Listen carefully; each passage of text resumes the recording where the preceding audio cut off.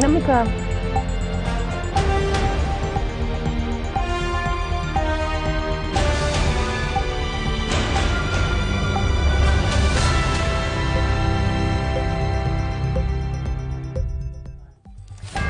Our lone lead headline for today: the village of Great Support, Fakot Division of the Southwest region, is mourning following the death of their chief, His Royal Majesty Chief Etina Monono, who has passed away after an illness. Southwest Governor and other senior officials of the region have visited the palace to pay their respects, marking a solemn moment for the community as it bids farewell to their leader.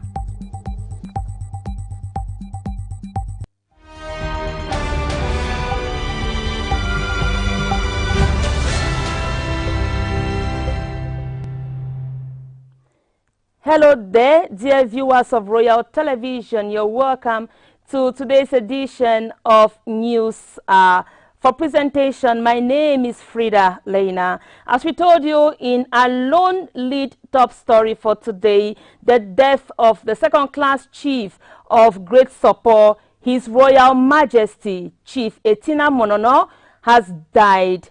His Royal Majesty Chief Emmanuel Etina Monono joined his ancestors in the early hours of today, Thursday, May 7, 2026, in Boya. Chief Etina Monono was a member of the Southwest Regional House of Chiefs. The people of Great Support, the people of the Southwest region, mourn the loss of a custodian of culture and a pillar of their community. Villagers of Great Support, mourners and administrative officials of the region have begun paying a condolence visit to the family of the deceased chief. The palace of the late His Royal Majesty Chief Etina Monono is jammed to capacity. Reports say the grave of the late chief has been dug already as per the customs and traditions of the Bakori people. Our reporter Mwambo William was at the chief palace some minutes ago. He has this to say. Take a listen. Good evening, dear viewers of Royal TV. You are welcome live at the palace of Great Support, where we got this morning the death or the passing away of His Royal Majesty Chief Etina Monono of Great Support, one of the largest villages in Fakot Division. It is a village made up of about 30,000 inhabitants, and it has more than 16 quarters. And at this time, you can see for yourself the populace of Great Support, family members and chiefs, and even administration who have come to condole with the family. The governor just left shortly. He was here with his Etat-Major. He was here with the administration of the Southwest to condole with the royal family of Great Support. For you to know that Etina Monono, His Royal Highness, was born in the Wofike family, the royal family, and he took over from his father in the year 1999, when his father also died that same 1999. His father was His Royal Majesty Otto Ewumwe Monono, and so he took from him in 1999, that same 1999, till date 2006, where Etina Monono, His Royal Highness, just died. It is very important that he's coming back from studies in Britain. He was employed in the Cameroon Development Corporation. He worked in the Cameroon Development Corporation for so long. He occupied so many posts, and he retired there while he was the communication officer of that structure. Now ongoing, there's the digging of the grave, and they are already maybe making some arrangements for burial any day, because what we are getting at the background is that he will be buried anytime, maybe today or any day within these days, because it is his decision. Dear viewers, it has been at the palace of Great Support, the biggest palace, the biggest community, the biggest village in Fakot Division.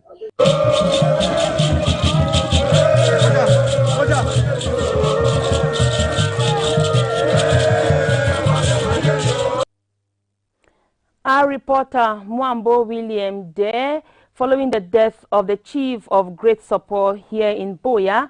His Royal Majesty Chief Etina Monono. Amongst the administrative officials who made a stopover at the Great Support Chief's Palace is the #1 executive of the region, Governor Bernard Okalia-Bilai. The governor was received by members of the Great Support Traditional Council. Bernard Okalia-Bilai extended his condolence visit to the village jazz of Great Support. Take a listen. I came first of all to extend my condolences to the immediate family and to all of you, traditional rulers, Boya and Fako in general. The chief, the second-class chief, who is laying down now, is somebody who was very close to the administration. And I had personal relationship with him. He was, as you know, or an elder man and very calm, respectful, law-abiding chief. He contributed a lot to the normalcy return in this city of Boya, and particularly as most of the elite son of Boya, when you talk with them, they say, I'm from Great Support, I'm from Great Support. You know it very well. And he used that particular situation to sensitize the sons of this great chiefdom to contribute a lot for the actions, various actions for the return of peace and normalcy in this city. It would not be, I would like, honestly, if I don't mention it. I mention it, I emphasize that the late chief was so close to the administration and he contributed a lot for peace to come back.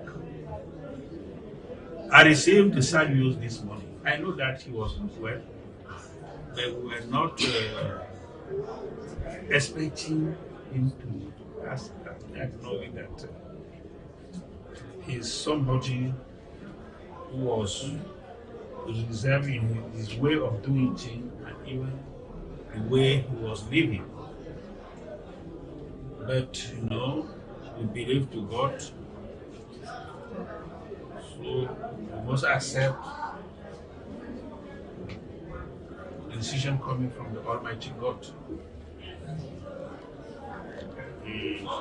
Just I wish that all of you, traditional rulers, the son and daughter of this chiefdom, should come together to give him the honors and the burial he deserves. Not only traditionally, as I know he will be doing very soon, but officially when you come out with the public, the official program. Keep in mind that the administration is there, and the administration will accompany you, following what our departed brothers has done for the administration, I mean for the country, for the city of Boya. Condolences. And this should be an occasion, an opportunity for you to come together so that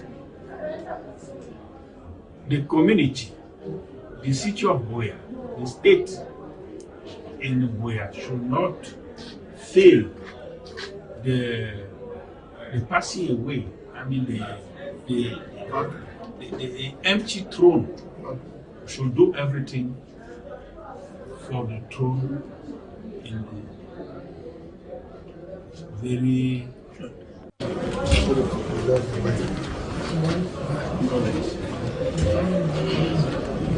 just said it to the chiefs. Your husband was a great chief. He was so close to the administration. You should keep it in mind. And I said courage.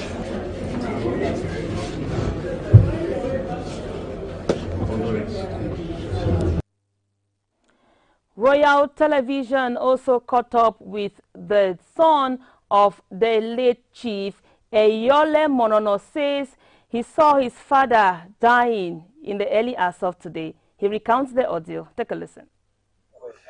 Okay, I'm Dr. Eyole Monono, a family member of Chief. It's my father, my uncle, and so it's a great loss for us as a family, and not only as a family but also as a village, great support in general. Well, it comes with shock, but at the end of the day, the family we knew the condition and the situation of him, and so it came as a point of us also saying, after a time of pain, it was good for him to rest, knowing full well I was with him last night and I saw the pain and the struggle he was going through. And so this morning it was a sign of saying, yes, he has gone to rest, and it's difficult, it's painful, but at a certain time we had come to terms to all of this. Yeah, it's a great loss, as I earlier said, to the entire village, knowing full well the length of time he has been traditional ruler, as well as in terms of so much that has happened. If you look at 1999 and today, great support has changed in terms of its population, in terms of the development, in terms of everything. So there's been a transformation of the village. So definitely it's a huge vacuum that has left, not just the family, the Wofike family, but also the village as a whole. And so I think it's a challenge, it's a call for the entire family and also the village to see how to unite and see how we can live on to the legacy and take it forward, what he has done, and how can we take it forward, because the vacuum has to be filled. It's a part of human nature that we are called upon to be born, and also a day that we are going to die. And so the son of the late chief there, that is Eyole Monono. May his soul rest in perfect peace. On to other news.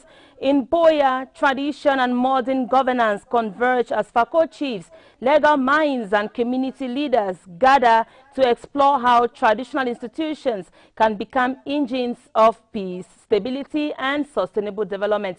Details in the upcoming report.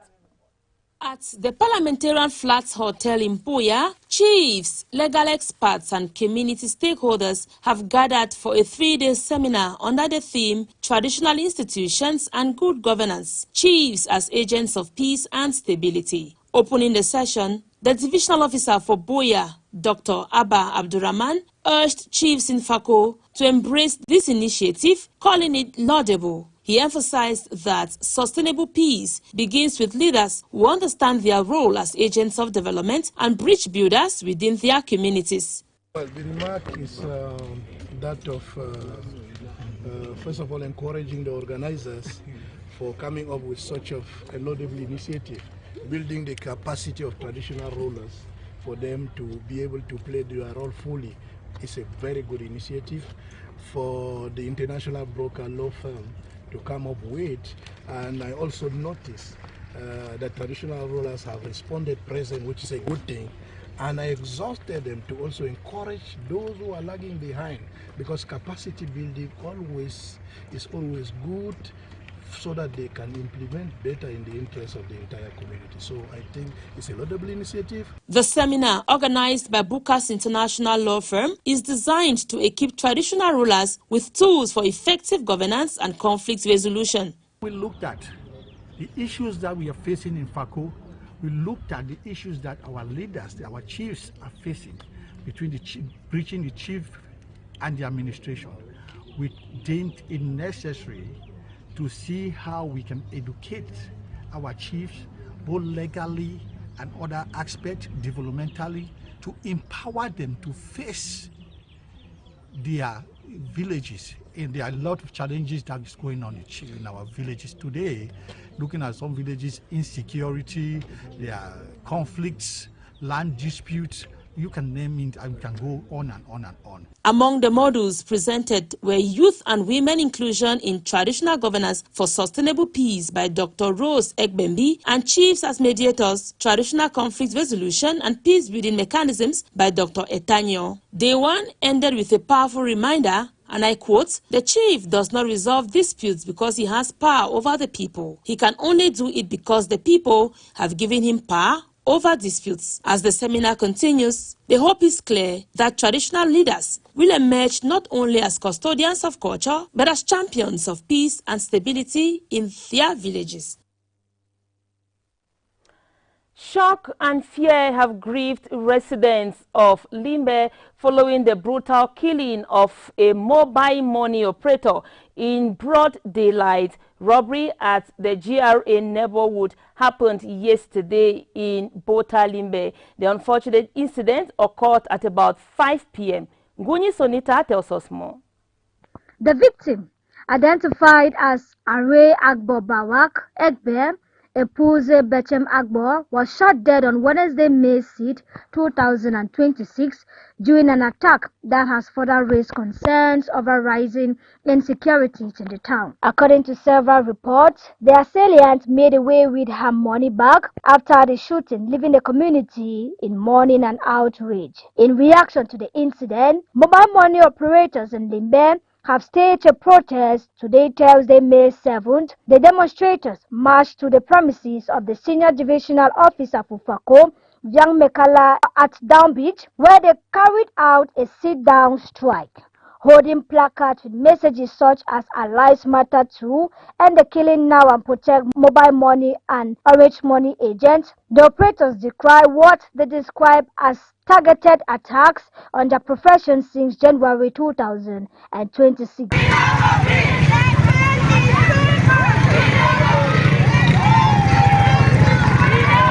They say the increasing cases of armed robbery have made their work extremely dangerous and are calling on authorities to take urgent measures to guarantee their safety. We are out today at the SDO's office to tender a complaint and a plea for our security.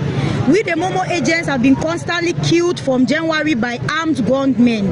They attack in a motorcycle, they take our money. If you're lucky, they spare your life, but if you're unlucky, you are being killed. Yesterday was the worst of them all when one of our colleagues at GRA Bota Limbe was shot 3 times to death. She was carried in her own pool of blood with neighbors that were soliciting for her. They took her to the Limbe hospital and she died. And presently she's at the mortuary. We are pleading on the SDO and the authorities of Limbe to grant us a little bit of security. We also want our voices to be heard, especially to the city mayor, to give us back our kiosks, because those kiosks at least provided us some security for our bodies, our lives and our properties. Imagine you stepping out to earn a living and you go back in corpse and your families are left to mourn. Your children are made motherless or fatherless. We are begging on Cameroon and especially the authorities of Limbe to see into our pleas. As investigations continue, mobile money operators in Limbe are urging the government and security forces to act swiftly to curb the growing wave of violence and restore confidence in their line of work.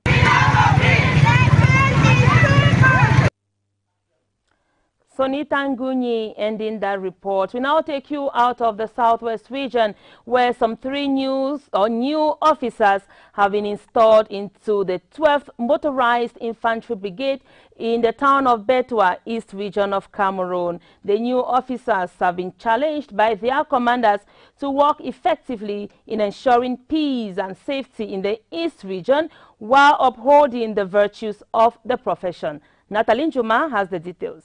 Recently appointed by Presidential Decree on April 30, 2026, the 3 new officers of the 12th Motorized Infantry Brigade assumed their duties during an installation ceremony that took place at the explanade of the brigade's command post in the town of Betwa. The ceremony was presided over by the commander of the 12th Motorized Infantry Brigade in Betwa, Brigadier General Mvo Alexandre. The installation ceremony took place in the presence of the commander of the 14th Motorized Infantry Battalion, Lieutenant Colonel Ewong Mesape Nyong, the commander of the 12th Support Battalion, Lieutenant Colonel Mise Epoye Jean Alexandre, and the battalion chief Umaru Audu in the position of the commander of the 12th Command and the Support Battalion. The newly installed officers have been challenged to ensure the proper use of the equipment made available to them, have a good understanding of the mapping of the internal and external threats fueled by inter-community tensions, as well as combat illegal trafficking by rebels from neighboring countries that poses threat. After assuming their new commands, the newly promoted officers, accompanied by their wives, were congratulated by the authorities present. At the end of the ceremony, a military parade was carried out to conclude the installation ceremony properly. Many thanks, Natalie Njuma. And on to this developing story, the death is announced of Cameroon's longest-serving president of the National Assembly, Kava Yege Jibril. He died this May 6, 2026, following few days of his resignation from Parliament. As former president of the National Assembly, he dies few weeks after that of the former president of the Senate, Marcel Nyat Njifenji.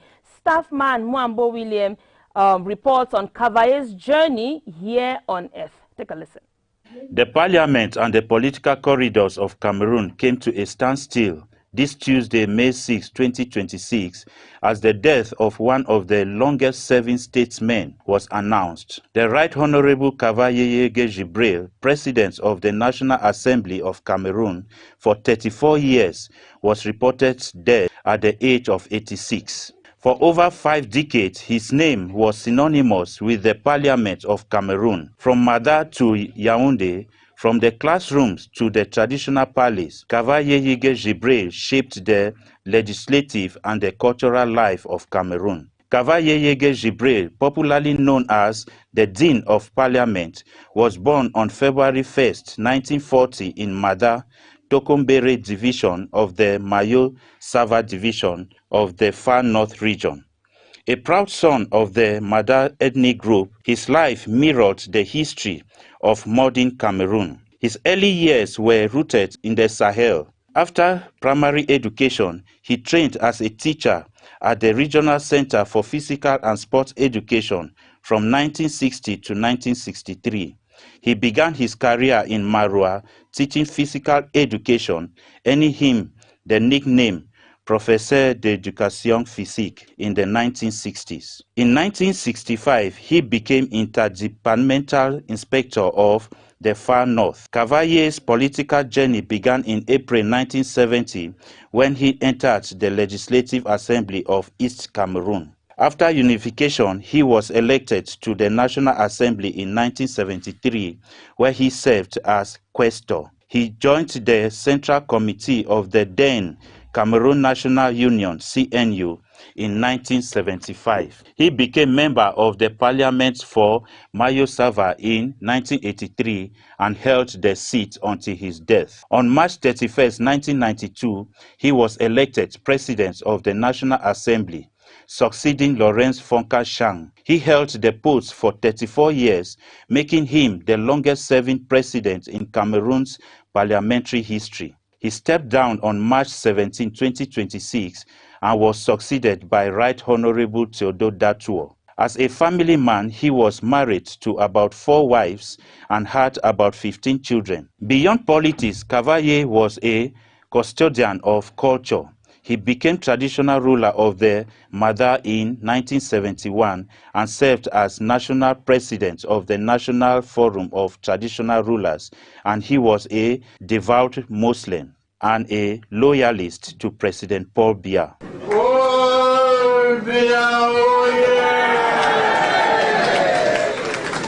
From the physical education teacher in Marua to the fourth president of the National Assembly, from traditional chief of Mada to dean of parliament, Kavayeyege Jibril's life was one of service, controversy, and endurance. He leaves behind a nation debating his legacy, a symbol of stability for some, a symbol of gerontocracy for others, but none can deny that for 34 years, he was the voice that called parliament to order. To his 4 wives, his 15 children, the people of Mayo Sava and the Mada community, Cameroon mourns with you.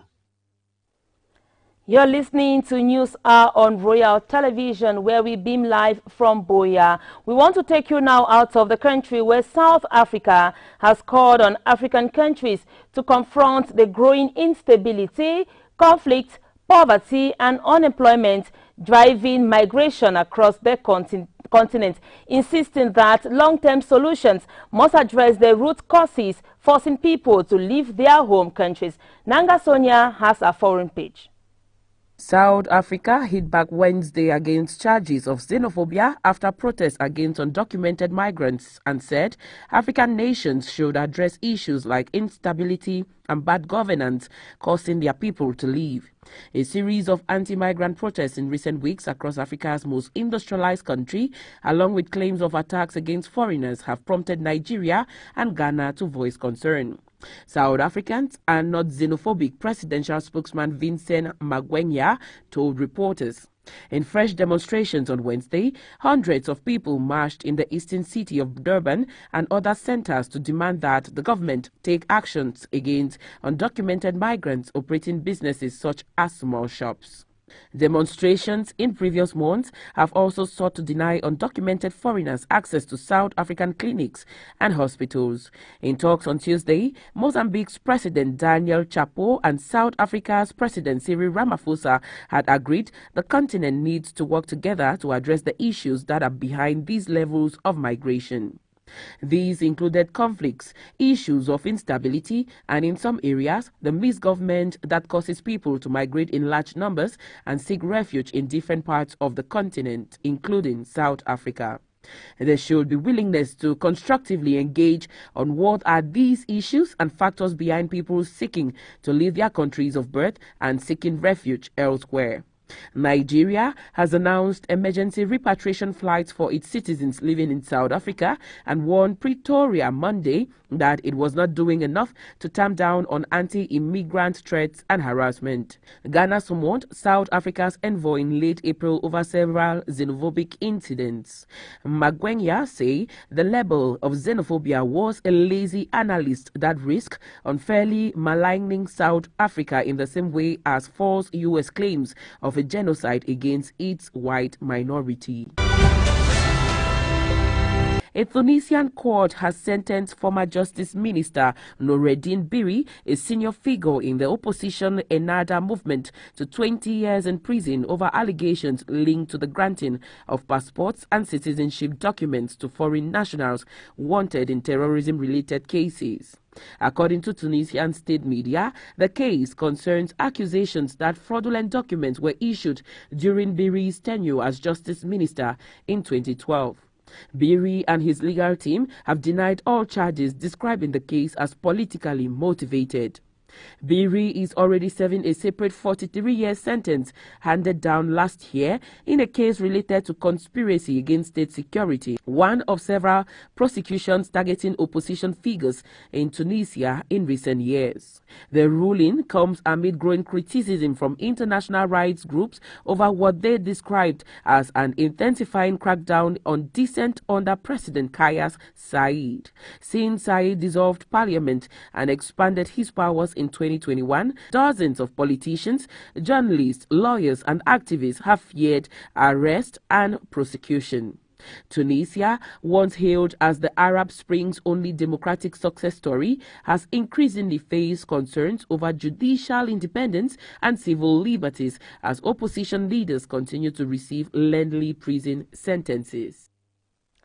Let's now talk sports on this newscast, where the Royal Moroccan Football Federation is intensifying its push for greater influence within global football governance, with its president, Fuzi Legja, emerging as a strong contender for the position of first vice president of FIFA. Is the next leadership circle under Gianni Infantino. Kusana Claudia Voma tells us more in the upcoming report. According to sources within International Football Administration, Ledger's name is gaining significant traction among key stakeholders ahead of FIFA's upcoming electoral cycle. His potential candidacy is being viewed not merely as an individual advancement, but as part of a broader strategic effort for Morocco to consolidate its influence within the global football decision-making structure. Over the past decade, Morocco has steadily positioned itself as a rising force in world football, both on and off the pitch. The country's football governance model, driven by long-term planning and sustained investment, has transformed its domestic and international image. This progress has been reflected in the modernization of infrastructure, development of elite training facilities, and successful organization of major continental and international competitions. A defining moment in Morocco's football evolution came during the 2022 FIFA World Cup, where the national team delivered a historic performance by reaching the semi-finals, the first African nation to achieve such a feat. That success not only elevated Morocco's global profile, but also strengthened its credibility in football politics, reinforcing the case for greater African representation at the highest level of FIFA. Fuzi Legja, widely regarded as one of the most influential football administrators in Africa, has played a central role in this transformation. Beyond his leadership of the Moroccan Federation, he holds strategic positions within continental football structures, contributing to policy development and governance reforms. His administrative experience, combined with strong political alliances, has positioned him as a key figure capable of navigating the complex dynamics of global football leadership. Insiders suggest that Legja's potential appointment as first vice president would align with FIFA's broader objective of promoting diversity and inclusivity within its leadership framework. Such a move would also reflect the growing importance of African football on the global stage, both in terms of talent and market influence. However, the race for top FIFA positions remain highly competitive, often shaped by intricate political negotiations and regional alliances. While Legja's candidacy appears strong, it will ultimately depend on support from member associations across different confederations, as well as the strategic direction adopted by FIFA's leadership ahead of the elections. If successful, Legja's elevation will mark a historic milestone for the Moroccan and African football as a whole. It will not only enhance Morocco's standing within global football governance, but also provide the continent with a stronger voice in shaping policies, competitions, and the future direction of the world sports. In a rapidly evolving football landscape where influence extends beyond the pitch, Morocco's calculated move signals its intent to become a central player in the governance of the global game. We give you our lone headline for today. Villagers of great support, Fakot Division of the Southwest region, are mourning following the death of their chief. His Royal Majesty, Chief Etina Monono, passed away today. Southwest Governor and other senior officials have visited the palace to pay their respects, marking a solemn moment for the community as it bids farewell to a revered leader. That was our main headlines for today, dear viewers. Thank you so much for being part of News Hour today. Catch you tomorrow, same time, same channel, for another edition of News Hour. It has been a production of Sonita Nguni, technical assistance from Isa Abdullahi, general supervision from Alaji Bubasali, and presented by me, Frida Leina. Thank you so much and have a good night. Bye-bye.